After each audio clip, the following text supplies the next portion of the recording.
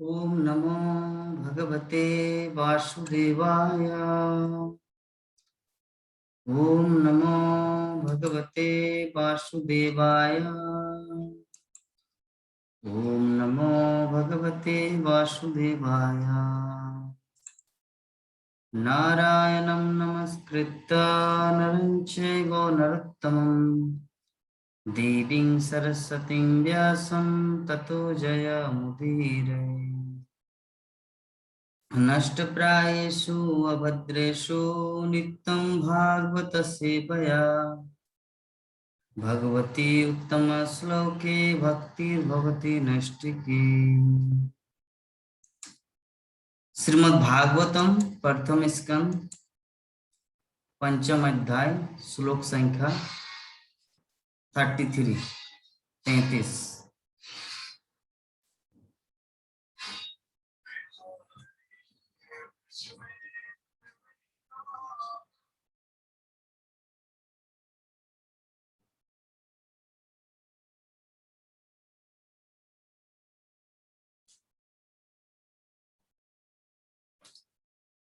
आमयोजश्च भूतानां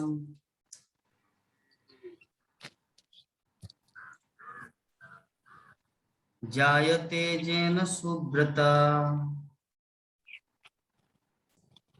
तदेव हि मयं द्रव्यम् तदेवमव्यं दिव्यं न पुनाति न चित्तम्। चितं। हरे कृष्ण। हरे कृष्ण। आमयो यस्य भूतानां आमयोजश्च भूतानां जायते येन सुब्रत जायते जेन सुब्रता तदेव हाम्यं द्रव्यं मयं द्रव्यम् न पुनाति चिकित्सितं। न पुनाति चिकित्सितम्। हरे कृष्ण प्रभु। हरे कृष्ण। नंद किशोरी माता जी पढ़ेंगे। जी प्रभु जी। हरे पढ़िए कृष्णा प्रभु जी। पढ़िए। पूरा दिखाई नहीं दे रहा। अच्छा। आम आमयो यस्य। प्रभु जी सुने हम नहीं करा, जरा एक बार इसको ही कर दीजिए ना, एक बार आप उच्चारण कर दीजिए ठीक है, तो एक काम कीजिए। ना। हरे ठीक है। हरे कृष्ण। तो आज का हमारा श्लोक है श्रीमद् भागवतम के प्रथम स्कंद पंचम अध्याय श्लोक संख्या 33।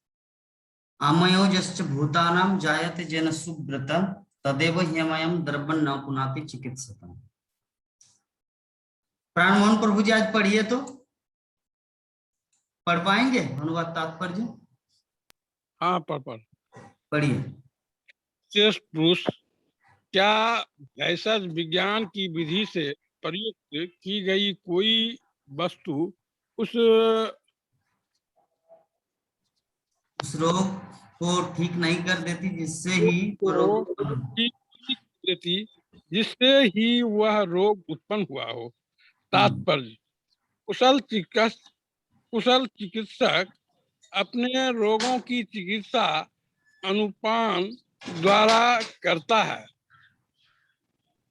उदाहरणार्थ कभी कभी दूध के बने पदार्थ खाने से पेट गड़बड़ा जाता है, किंतु जब उसी दूध को दही से परिणत करके उसमें कुछ अन्य औषधियां मिला दी जाती हैं तो वह उस गड़बड़ी को दूर कर देता है।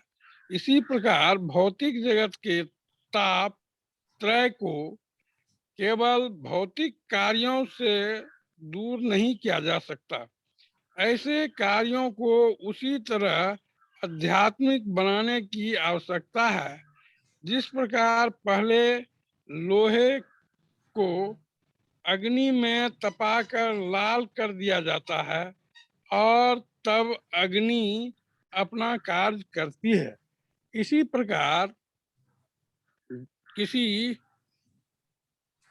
वस्तु इसी की प्रकार भौतिक वस्तु की भौतिक अवधारणा तुरंत ही बदल जाती है। यदि हम उसे भगवान की सेवा में लगा देते हैं। आध्यात्मिक सफलता का यही रहस्य है। हमें न तो प्रकृति पर प्रभुत्व जताने के लिए किया जाए। प्रत्येक वस्तु परमात्मा से उद्भूत है। वे अपनी औचित्य शक्ति से आत्मा को पदार्थ में तथा पदार्थ को आत्मा में बदल सकते हैं। अतः भगवान की परमेच्छा से कोई भी तथाकथित परमेच्छा भौतिक वस्तु तुरंत ही आध्यात्मिक शक्ति में बदल सकती है। से कोई भी भौतिक वस्तु तुरंत ही आध्यात्मिक शक्ति में बदल सकती है। ऐसे परिवर्तन के लिए आवश्यक शर्त यह है कि तथाकथित पदार्थ को आत्मा की सेवा में लगाया जाए। अपनी भौतिक रोगों का उपचार करने तथा अपने आप को उस आध्यात्मिक स्तर तक उठाने के लिए जहाँ न दुख है, न शोक, न भय, यही एकमात्र उपाय है। इस प्रकार जब प्रत्येक वस्तु भगवान की सेवा में लगा दी जाती है तो हमें अनुभव होता है कि पर ब्रह्म के अलावा कुछ भी नहीं है। इस प्रकार सर्व खलविदम खल ब्रह्म। ब्रह्म यह वैदिक मंत्र चरितार्थ होता है। हरे कृष्ण। तो इस प्रकार जो हमारा श्लोक है आज का श्रीमद् भागवतम के प्रथम स्कंद का पंचम अध्याय, नारद मुनि द्वारा व्यासदेव को उपदेश, श्रीमद् भागवतम लिखने के लिए उपदेश।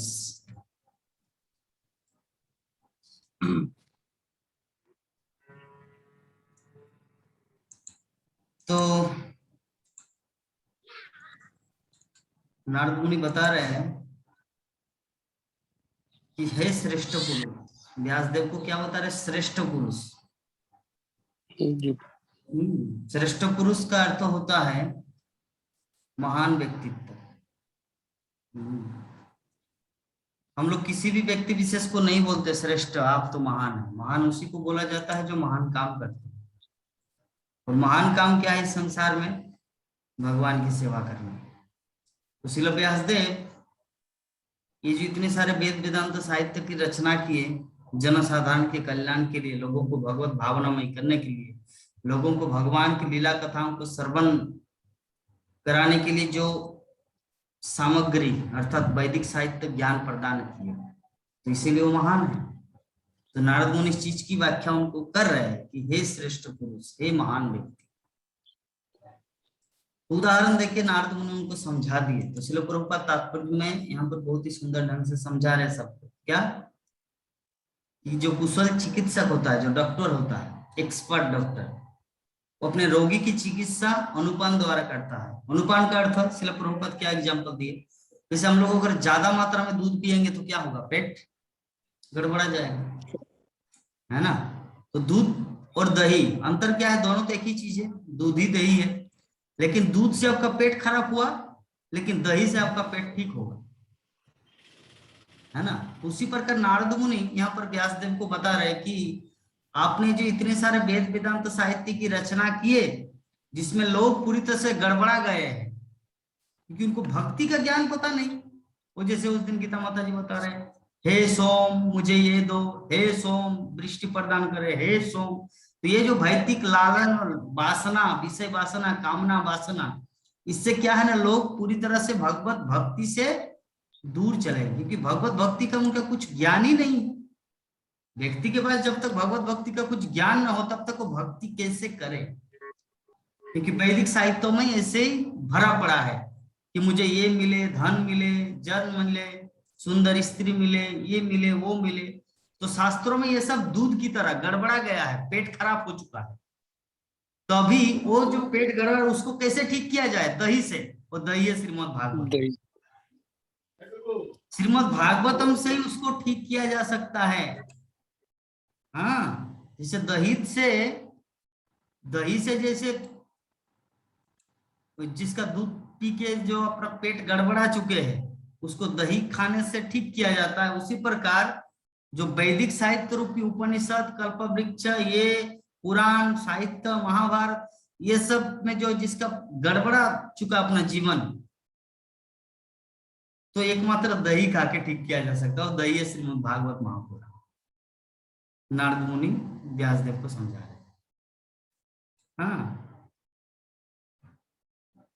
तो ये जो भौतिक जगत है, हम लोग कल डिस्कस किए, भौतिक जगत में जो ताप है, त्रिताप, हाँ, केवल भौतिक कार्यों से दूर नहीं किया जा सकता। जैसे हम लोग बोलते हैं ना कि प्रभु जी मुझे तो इतना दुख मिल रहा है, तो चलिए हम कहीं पर एक बड़ा सा हॉस्पिटल खोल दे रहे हैं, एक स्कूल बना दे रहे क्योंकि मेरे पास धन है। तो ऐसे करने से भी हम लोग भौतिक ताप को दूर नहीं किया जा सकता, मतलब कर नहीं सकते। श्रील प्रभुपाद व्याख्या कर रहे इस तात्पर्य में कि किसी भी स्थिति में ये जो हमारे तीन ताप है, दैहिक, दैविक और भौतिक, इस तीन ताप को दूर करने का एकमात्र उपाय है कृष्ण की भक्ति। हम लोग पहले उदाहरण दे चुके हैं, हम लोग समझ चुके हैं। एक व्यक्ति बंधा हुआ है ना, एक व्यक्ति बंधा हुआ है और सामने वाला व्यक्ति बंधा हुआ है। तो सामने वाला व्यक्ति उसका पिता है और जो बंधा हुआ है बेटा है। बाबा बाबा मुझे खोल दो, तो बाप भी नहीं खोल पाएगा, यद्यपि रिलेशन में उससे बड़ा है, लेकिन फिर भी नहीं खोल पाएगा। क्यों? क्योंकि खुद बंधा है। जो व्यक्ति खुद बंधा है वो बेटा ही क्यों ना हो, अपने स्नेह का पात्र ही क्यों ना, ममता, रिलेशन, स्नेह, सब कुछ रिलेशनशिप होने के बावजूद भी अपने बेटा का हेल्प नहीं कर सकता। क्यों? क्योंकि वो खुद बंधा है। तो कौन व्यक्ति खोल सकता है? जो मुक्त है। तो मुक्त कौन ही सकता? भगवान के भक्त और साक्षात भगवान कृष्ण। तो श्रीमद् भागवत हम लोग को क्या शिक्षा दे रहा है? श्रीमद् भागवत हम लोग को दो चीज बता रही है, या तो भगवान कृष्ण की शरण ग्रहण करो या भगवान के भक्तों की शरण ग्रहण करो। भगवान कृष्ण की शरण ग्रहण किए, इसका प्रमाण क्या है, सर्टिफिकेट क्या है? इसका सर्टिफिकेट है कि आप किसी भक्त के शरण में आए, किसी भक्त के शरण में आए हैं, ये सर्टिफिकेट की आप भगवान की शरण ग्रहण की। तो ये कुछ उपाय है जिसके माध्यम से हम लोग ये जो त्रिताप है इसको हम लोग दूर कर सकते हैं, क्योंकि प्रत्येक व्यक्ति के जीवन में त्रिताप है, नहीं चाहते फिर भी आता है। जैसे उदाहरण दिए थे हमारे विभा माता जी का भी, वो क्या चाहते थे कि मेरे पेट में ये ऐसा कुछ हो, या साग खा के हो, या आलू खा के हो, या किसी भी तरह से हो, या पूरी सब्जी खा के हो, पेट में पत्थर हुआ। अभी उसके लिए बेचारा दुख भोग रहे हैं। अभी 19 तारीख को ऑपरेशन है। सभी भक्तगण उनके लिए प्रे करें, प्रार्थना करें ताकि सब कुशल मंगल से ठीक हो जाए। तो अल्टीमेटली हम लोग नहीं चाहते फिर भी आता है। क्यों आता है? Because this is material world, क्योंकि ये भौतिक जगत है। त्रिताप यहाँ पे मिलेगा ही, न चाहते हो भी मिलेगा। इसको दूर एकमात्र एक ही तरीका है करने का, वो कि जो व्यक्ति बंधा हुआ नहीं है, जो मुक्त है, उनकी शरण ग्रहण करें। क्या आप बंधे हुए आप कितना भी ट्राई करें अपने आप को खोलने का, नहीं खोल पाएंगे। लेकिन जो बंधा हुआ नहीं हुआ के तुरंत खोल देंगे रस्सी को, है ना। तो श्रील प्रभुपाद तात्पर्य में लिख रहे हैं कि जिस प्रकार पहले लोहे को अग्नि में तपा कर लाल कर लिया जाता है, तब अग्नि अपना कार्य करती है। इसी प्रकार किसी वस्तु की भौतिक अवधारणा तुरंत ही बदल जाती है यदि हम उसे भगवान की सेवा में लगा देते हैं। कल एग्जाम्पल दिया हम लोग कि लड्डू गोपाल है सबके घर में, नंद किशोरी माता जी के पास है, विभा माता जी के पास है, गीता माता जी के पास है, सबके पास जो भगवान की सेवा करते हैं। तो अभी बोले कि नहीं मैं तो सन्यासिनी बन जाऊंगी। ये बाबा रे, गीता माता जी अभी भी घर में ही है क्या? मैं सोचा केरल पहुंच गए। नहीं नहीं, शाम को ट्रेन से जाऊंगी, 2 दिन लगेगा। ट्रेन से जाएंगे? अच्छा अच्छा। ओ, मैं आज रात को है। मैं सुबह फोन किए थे लेकिन आप उठाए नहीं। मैं सोचा कि आप चले गए? नहीं नहीं, मैं देखी नहीं थी, बाद में आके देखी, काम में थी। अभी ठीक है। व्यस्त हूँ लेकिन अटेंड करने बैठी हूँ। ठीक है, हरे कृष्ण। तो श्रील प्रभुपाद उदाहरण दे रहे कि अग्नि, एक लोहा अग्नि का काम कब करता है? जब वो अग्नि के संपर्क में आता है, लोहा एकदम लाल बन जाता है। उसी प्रकार हम लोग अभी भौतिक है, मेटेरियल, भगवान से दूर, भगवान भगवत धाम में, हम इस पृथ्वी लोक में। ठीक है, तो हम भी पूर्णतया आध्यात्मिक कैसे बनेंगे? जब हम आध्यात्मिकता के संपर्क में रहेंगे।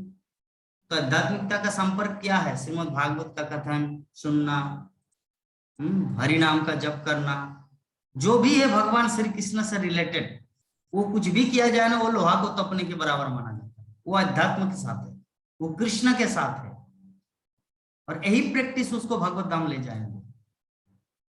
जब कोई व्यक्ति पढ़ाई करते हैं ना, डॉक्टरी, तो वो पूरा दिन भर परिश्रम करता है, दिन रात परिश्रम करता रहता है। क्या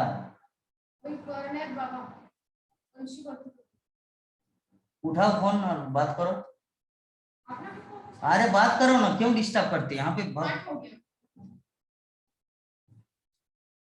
तो विषय वस्तु यही था कि हम लोग को क्या करना है, पूर्णतया कृष्ण की सेवा में लगना है। तो क्या है, हम लोग भी पूर्णतः आध्यात्मिक बन जाएंगे, क्योंकि अभी हम अध्यात्म के साथ जुड़े नहीं हैं, पूर्णतः अभी आध्यात्मिक नहीं बने। भगवत धाम में जितने सारे प्राणी हैं सभी आध्यात्मिक है, हम यहाँ पर है, हम आध्यात्मिक नहीं हुए। लेकिन जैसे लोहा जो है ना, वो अग्नि नहीं है, लेकिन अग्नि के संपर्क में रहते हुए अग्नि बन जाते, उसी प्रकार यद्यपि हम आध्यात्मिक नहीं है, लेकिन ये सब भागवतम की सेवा, हरि नाम जप, ये सब करने के माध्यम से हम लोग इनडायरेक्टली अग्नि बन जाते हैं, और अग्नि बनने को ही आध्यात्मिक कहा जाता है। तो यही आध्यात्मिक सफलता का रहस्य। हमें ना तो प्रकृति से, श्रील प्रभुपाद तात्पर्य में लिख रहे हैं, हमें ना तो प्रकृति पर प्रभुत्व जताने का प्रयास करना चाहिए, और नई भौतिक वस्तुओं का परित्याग कर देना चाहिए। अर्थात इस भौतिक जगत में प्रभुत्व मतलब क्या है? मैं मालिक हूं, मेरे पास 4 चक्का गाड़ी है, मेरे पास 5 तला बिल्डिंग है, मेरे पास इतना मोटा मोटा नौकरी है, इतना बड़ा बड़ा रकम है, यहाँ पे 5 स्टार होटल खोल के रखे बेंगलोर में, दिल्ली में मेरा गुफा लाइन होटल चलता है, वहां पे मेरा होटल, इतने सारा पैसा, ये वो, तो चलिए मैं भोग करूं, किसी से नहीं, भिखारी आके मांगू। तो ये जो है ना, ये है प्रभुत्व नहीं जताना है, प्रभुपाद बताया। और दूसरा साथ साथ में क्या करना है कि भौतिक वस्तुओं का त्याग भी नहीं करना चाहिए। अगर कोई बोले कि नहीं, मैं पूर्णतया एकदम भगवत भक्ति में लीन हो जाऊंगा, मीराबाई की तरह, घर परिवार रिश्ते नाते बंधु प्यार मोहब्बत सब कुछ छोड़ के चले जाएंगे मीराबाई की, नहीं, प्रभुपाद बोले ये भी नहीं चलेगा। वो अपने अचिंत शक्ति से आत्मा को पदार्थों में तथा पदार्थों को आत्मा में बदल सकते, कौन? भगवान। प्रत्येक वस्तु कहाँ से उद्भूत है? भगवान से। तो इसीलिए प्रत्येक वस्तु को कहां पर लगाना चाहिए? जहां से निकला है ना। गांव के लोग बोलते हैं, अरे अभी पूरा श्रावण का महीना चल रहा है, तालाब से पूरा मछली निकल रही है, चलो मछली को खाते हैं। अरे मछली अगर पकड़े हैं, मछली अगर जाल में लग गया तो आप पुनः तालाब में डाल दो, वो अपना जीवन चलाएंगे, आप क्यों उसको खाना चाह रहे हैं? नहीं, मेरे हाथ में आगे मैं खाऊंगा। तो ये अच्छा फिलोसॉफी नहीं है ना। जो जहां से आए उसको उसी सेवा में लगाना चाहिए। एक बार की बात है, एक प्रभु जी ब्रह्मचारी 3 साल पहले मुझे एक बार प्रश्न किया था, प्रभु जी मायापुर में ना बहुत सुंदर सुंदर लड़की या विभिन्न प्रकार की माता जी लोग आते हैं, और मैं ब्रह्मचर्य आश्रम में रहता, मेरा मन पूरी तरह से भ्रमित हो जाता है, मैं क्या करूं? तो मैं बोला, देखो बात ऐसा है ना कि जो कृष्ण की भक्ति में लगे हुए हैं ना, उसको आप प्रोत्साहन दो ताकि और अच्छी तरह भक्ति करे। और जो भक्ति नहीं करते, जो लड़की भक्ति नहीं किए है, उसके लिए भगवान से प्रार्थना करो कि हे प्रभु वो भी आपकी भक्ति में लग जाए। बस सिंपल प्रोसेस। आप खुद क्यों भोक्ता बनना चाह रहे हैं कि मैं जगत का हीरो नंबर 1 हूँ, कि सभी लड़की हीरोइन बन के मेरे पीछे घूमे? ऐसा क्यों सोच रहे हो? आपको क्या करना है, भगवान से प्रार्थना करना है कि जो लड़की, एग्जाम्पल लड़की का ही दिया जा रहा है, क्योंकि उसको ऐसा प्रॉब्लम था तो मैं उसको ऐसे बताया। तभी कोई बोले प्रभु जी आप ऐसा बात क्यों करते भागवतम क्लास में? क्योंकि प्रैक्टिकल लाइफ है। प्रैक्टिकल लाइफ में विभिन्न प्रकार का आकर्षण होता है, और ये सब आकर्षण से व्यक्ति जब तक नहीं छूटेगा वो भगवत भक्ति में प्रगति नहीं करेगा। ठीक है, क्योंकि भागवत क्लास मतलब ऐसा नहीं कि सिर्फ भगवान कृष्ण की रासलीला का ही वर्णन हो, हाँ कृष्ण ऐसे किया ऐसे किया, नहीं। भागवत कथा करते हो तो हम लोग जो भक्ति कर रहे हैं उस भक्ति के क्षेत्र में कौन कौन सी बाधाएं आ रही है। जैसे गुरु अपने शिष्यों को सिखाते हैं, तो शिष्य को सिखाने के टाइम शिष्य कहाँ कहाँ पर अटक जाता है, कहाँ पर हार मान जाएंगे, वो सब गुरु सिखाते हैं, है ना। अगर गुरु बोलेंगे अरे ये सब लज्जा वाला बात है छोड़ो, नहीं, प्रैक्टिकल लाइफ में उसको सिखाना पड़ता है, तब तो एक्सपर्ट बनेगा ना। बहुत दिन पहले 7-8 साल पहले मैं एक मूवी देखा था, तो मूवी में गुरु और शिष्य का ये भाव था। तो शिष्य को गुरु ने बहुत कठिन से कठिन परीक्षा से उनको सिखाया, और उसके बाद क्या हुआ, जब मूवी का लास्ट सीन है तो उसमें एक गुंडे के साथ उसका मुकाबला करना है, एक विलेन के साथ। तो अभी वो विलेन क्या किया, हाथों में मिर्चा पाउडर को लेकर उसके आंखों में डाल दिया, हीरो के। तो हीरो के आंखों में डाल दिया तो अभी तो वो फाइटिंग नहीं कर सकता, वो तो अंधा बन गया। तो अभी क्या किया जाए, वो अभी विलेन तो इसको मार गिराएगा, तो अभी पूरा मार खा रहा है। तब उनके गुरु उनके पास गए और जाके बोला कि बेटा मैंने तो तुम्हें से पैंतरा मतलब जितना सेक्रेट से सेक्रेट सब तरह का विद्या तुम्हें सिखाया ऑलरेडी। मुझे ऐसा नहीं लगता कि ऐसा कोई विद्या, ऐसा कोई टेक्निक जो मैंने तुम्हें नहीं सिखाया। सब कुछ तुम्हें ज्ञान प्रदान किया हो, सब टेक्निक सिखाया हो, तो किस कारण आप इतना दुखी हो? आप वो इस्तेमाल करो, वो चीज को यूज करो। तो तब वो ध्यान करके वो चीज को स्मरण किया क्या उनके गुरुदेव उनको सिखाए थे कि जब युद्ध के दौरान या फाइटिंग के दौरान आपकी आंखों की रोशनी चली जाए तब क्या करोगे? हमारे विश्वनाथ प्रभु जी का पूरा पत्थर का काम चल रहा है, इसीलिए आवाज आ रहा है। तो आंखों की रोशनी चले जाए तो क्या करेंगे?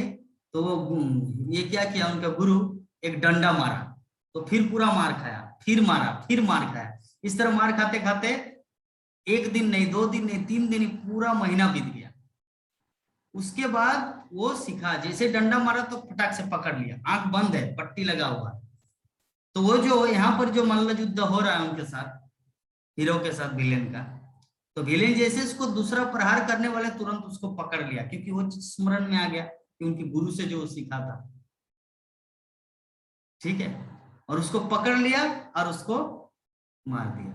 तो गुरुदेव जो होते हैं ना, वो पहले ही पता होता है उसको कि भविष्य में क्या होने वाला है शिष्य के साथ या क्या क्या होता है।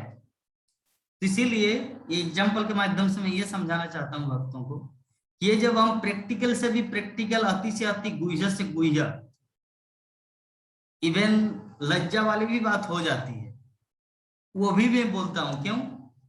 ताकि ऐसा भी परिस्थिति में अगर आए किसी व्यक्ति विशेष का तो उसको ये करना है ना। वो डायरेक्ट सीधा मुझे बोले कि प्रभु जी विदेशी लड़की आती है, ऐसे करते हो वैसे करते हो, मुझे मन विचलित हो जाता है। मैं तो पूरा भजन साधन करता हूँ मंगल आरती से लेकर रात तक, लेकिन कभी कभी मन जो है ना डाइवर्ट हो जाता है। तब क्या करें? तब मैं उसको ऐसे सिखाया। देखिए सब कृष्ण की सृष्टि है, और प्रभुपाद इस संबंध में बहुत कुछ एग्जाम्पल भी दिए हैं। प्रभुपाद को भी यही प्रश्न किया गया था अमेरिका में 1967 में कि प्रभुपाद ये लड़की सब क्यों जींस पहन के यहाँ पर आते हैं? तो प्रभुपाद बोले कि तुम वन चले जाओ जंगल, न्यूयॉर्क शहर में मंदिर में रहने का जरूरत नहीं है, वहां पे जाके भजन साधन करो। अरे वो भी जीव है, वो भी माता जी है, उसको भी भक्ति करने का अधिकार है। है ना। तो ऐसे करके श्रील प्रभुपाद उनको समझाया। तो ये जो है ना, ये प्रैक्टिकल लाइफ में सबके जीवन में आता है। एक प्रभु जी क्लास में बोल रहे थे कि माता जियों के लिए पुरुष माया है और प्रभु जियों के लिए माता जी माया है ना। तो अभी कैसे इसको ओवरकम किया जाए? इसको ओवरकम करने का तरीका यही है कि सोचना है वो कृष्ण की दासी है, और लड़की माता जियों को सोचना है कि वो कृष्ण का दास है, मेरा उनके साथ कोई संबंध नहीं है। ये ओवरकम करने का रास्ता है ना। अगर कोई मान लीजिए बहुत सुंदरी माता जी एग्जाम्पल, तो उसको कैसे ओवरकम किया जाए? अरे जो भी वो कृष्ण की गोपी है, मेरा उनके साथ कोई रिलेशन नहीं है। मैं कौन होता हूं? मुझे एक ईंट उठाने का शक्ति नहीं है। भगवान तो गिरी गोवर्धन उठाए थे 7 दिन। तो वो उसके पास क्षमता है 1000 गोपी 16,000 गोपियों के साथ ये करने का, रिलेशनशिप रखने का। लेकिन मेरे पास तो 10 मिनट तक एक ईंट उठाने का भी क्षमता नहीं है, तो मैं गोपीजन वल्लभ कैसे बनूं? तो इसीलिए ये सब छोड़ देते, मैं दास हूं, और दास का कर्तव्य है भगवान की सेवा करना। तो ये सब चीज है कुछ टेक्निक, जिससे व्यक्ति माया के दलदल से। और ये सब मन में कब आता है? ये सब मन में आता है तब जब व्यक्ति देहात्म बुद्धि में रहता है ना। अभी जैसे एग्जाम्पल के तौर पे, अभी मैं एक युवक हूं, मेरे मन में वो फीलिंग आ सकता है। मैं जब बच्चा था तो क्या मेरे मन में ये फीलिंग आया था? नहीं। जब मैं बूढ़ा बनूंगा तब क्या मेरे मन में ये फीलिंग आएगा? नहीं। तो ये सेंटर पॉइंट कहाँ है इसका? देहात्म बुद्धि। Because I am this body, क्योंकि मैं ये शरीर हूं जिसके कारण मैं सोचता हूं मुझे कि ये चाहिए, है ना। जब हम बच्चे रहेंगे तब ये नहीं बोल पाएंगे, और जब बूढ़ा व्यक्ति कोई बनेगा तो वो भी ऐसा नहीं सोच सकता। तो इसका मतलब देहात्म बुद्धि के कारण ऐसा हो रहा है। तो क्यों ना हम देहात्म बुद्धि से ऊपर उठे? जैसे उस दिन मैं गुरु महाराज का एग्जाम्पल दिया था, क्या कि A is equal to B और B is equal to C। ठीक है, A is equal to B, B is equal to C, अर्थात A is equal to C, अर्थात मैं ये शरीर नहीं, मैं आत्मा हूं, और आत्मा कभी मरता नहीं। तो इसका मतलब मैं अमर हूं। विभा माता जी समझ गए चीज को? मैं ये शरीर हूं, मैं आत्मा हूं, और आत्मा कभी मरता नहीं।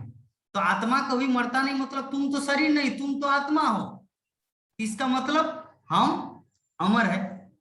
A is equal to B, B is equal to C, मतलब A is equal to C, direct C। तो गुरु महाराज एग्जाम्पल के माध्यम से सिखाए।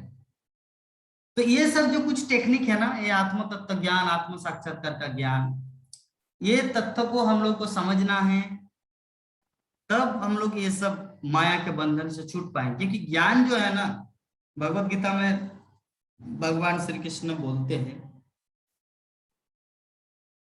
हाँ, नहीं ज्ञानेन सदृशम पवित्रम यह विद्यते। इस संसार में पवित्र दिव्य ज्ञान के समान कोई अच्छी वस्तु है ही नहीं। दिव्य ज्ञान के समान कोई भी, मान लीजिए किसी के पास अरबों की संपत्ति, करोड़ों की संपत्ति, ठीक है, लेकिन उसके पास ये भी ज्ञान नहीं है कि मैं कौन हूं। वो कुत्ते के साथ खेलता है, कुत्ते के साथ रोटी खाता है, क्योंकि बहुत बड़ा बिरला है ना, बहुत धनी है, तो जिसके कारण उसके पास कुछ ज्ञान नहीं है। अभी पूरा कुत्ते को खिला रहे हैं अपने हाथ से रोटी, उसको साबुन से नहला रहे, शैम्पू दे रहे, है ना, और उसी थाली में खा रहे। वो जिस बेड में सोता है वो भी कुत्ता उसी बेड में सो रहा है। इसको क्या लाइफ बोला जाएगा? ये जीवन कुत्ते का जीवन है। लेकिन जो व्यक्ति जिसका सॉन्ग करता है वो तो वही कैटेगरी में आता है ना। चोर का सॉन्ग करेंगे तो कोई बोलेगा ये इस्कॉन का भक्त है? नहीं ना। जुआरी का संग करेंगे तो बोलेंगे ये सत्संग से आ रहा है? नहीं। उसी प्रकार कुत्ते का जो संग करता है उसको क्या बोला जाए? कुत्ता। इस तत्व को हम लोग को समझना है।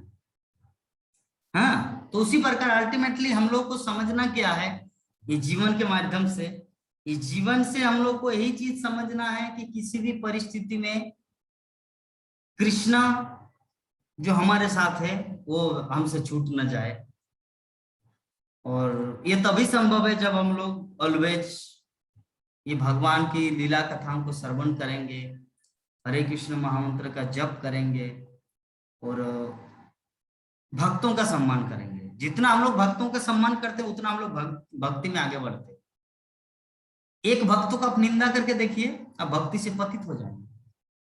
सच बता रहा हूं, एक भक्त को निंदा करके देखिए, पूरा नीचे कर जाए। इस संसार में वही व्यक्ति आगे बढ़ता है भक्ति जीवन में जो दूसरे भक्तों को सम्मान देता है। मैं देखा हूं, अपनी आंखों से देखा हूं, लेकिन अगर मैं वो चीज बोलूं ना यहाँ यूट्यूब में, तो अभी मेरा अपराध होगा, तो क्यों मैं अपराध को मोल लूं। लेकिन मैं जो मेरी इस वाणी को समझ रहे हैं, सुन रहे हैं, उसको मैं चेतावनी दे रहा हूँ, वार्निंग दे रहा हूँ कि कभी भी किसी भी परिस्थिति में किसी वैष्णव का अपराध नहीं करना।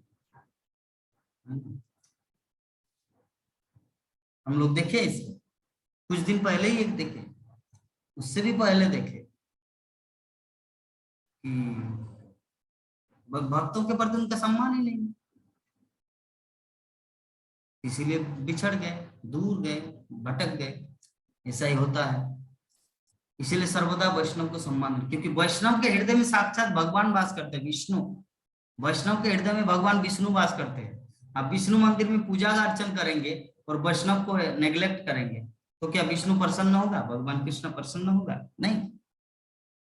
यहाँ पे साक्षात भगवान का वास है, उसके हृदय में दुख लग गया मतलब भगवान तुम्हारे किसी भी कार्य से संतुष्ट नहीं होंगे।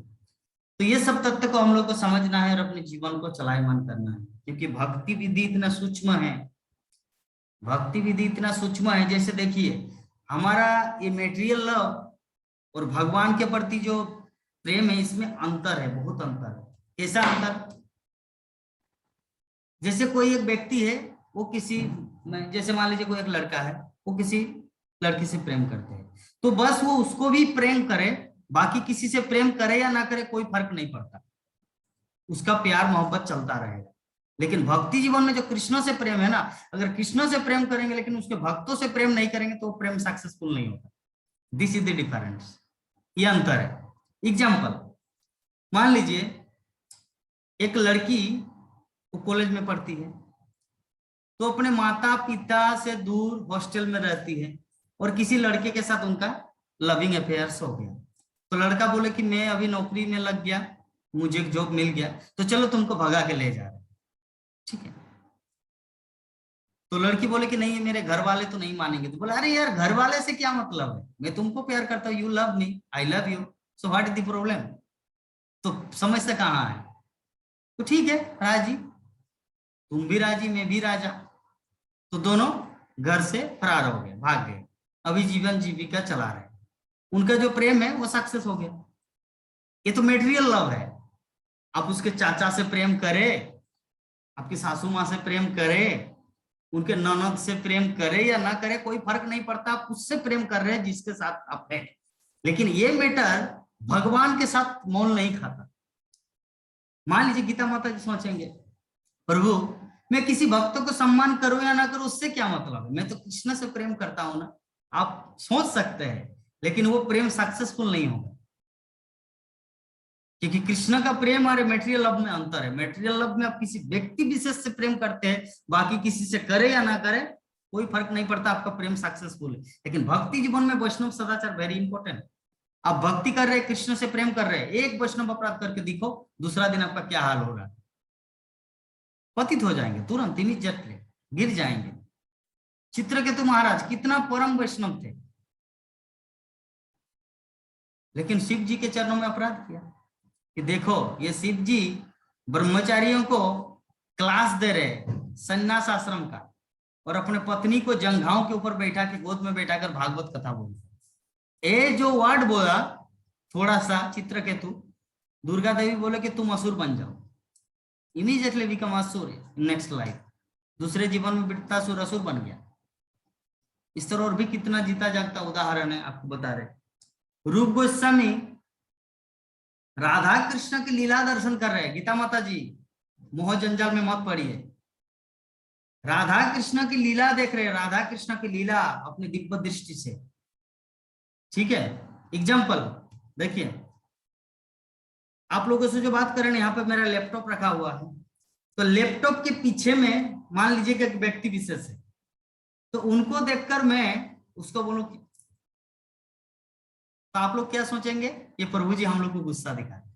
मान लीजिए मैं गुस्सा उनको दिखा रहा हूं, सामने वाले को, एग्जाम्पल, ठीक है, समझ जाना है, मैं उसको कर रहा, आप लोग क्या सोचेंगे, ये बाबा रे प्रभु जी तो हम लोगों को वार्निंग दे रहे, तर्जनी अंगुली दिखा रहे, दुश्मनी मौन लेना चाह रहे, मतलब शत्रुता भाव, अंगुली दिखाना, तर्जुनी, दिस इज नॉट गुड। मैं किसको दिखा रहा हूँ, बाहर वालों को, क्योंकि मेरे लैपटॉप के पीछे एक व्यक्ति है और लैपटॉप के ऊपर में कैमरा है, तो कैमरा से आप लोग क्या सोच रहे हैं कि प्रभु जी मुझे बोल रहे हैं, हम लोगों को ये कर रहे हैं, लेकिन मैं किसको दिखा रहा हूँ, उसको। तो इसी प्रकार रूप गोस्वामी राधा कृष्ण की लीला दर्शन कर रहे हैं लैपटॉप के पीछे, और वो लैपटॉप को बकरेश्वर पंडित मान लीजिए, बकरेश्वर अरे जो अष्टावक्र मुनि, यस, अष्टावक्र मुनि वहां पर ऐसे ऐसे चल के, ऐसे कुबड़ू चल के, जैसे कुब्जा ऐसे ऐसे चल के वहां से जा रहे हैं। तो रूप गोस्वामी राधा कृष्ण की लीला देखकर ऐसे हंस रहे। क्या लीला देख रहे थे कि कृष्ण के कंधे में राधा रानी बैठे और एक फूल तोड़ रहे हैं, और कृष्ण क्या थोड़ा साइड कट गया, राधा रानी नीचे गिर गए, तो ये देख के रूप गोस्वामी ऐसे करके हंसने लगा। तो ये जो हंस रहे हैं, उधर से बकरेश्वर पंडित मतलब अष्टावक्र मुनि चले जा रहे। तो अष्टावक्र मुनि सोच रहे कि मैं यहाँ पर कुबड़ खाबड़ चल रहा हूँ, जिसके कारण देख के रूप गोस्वामी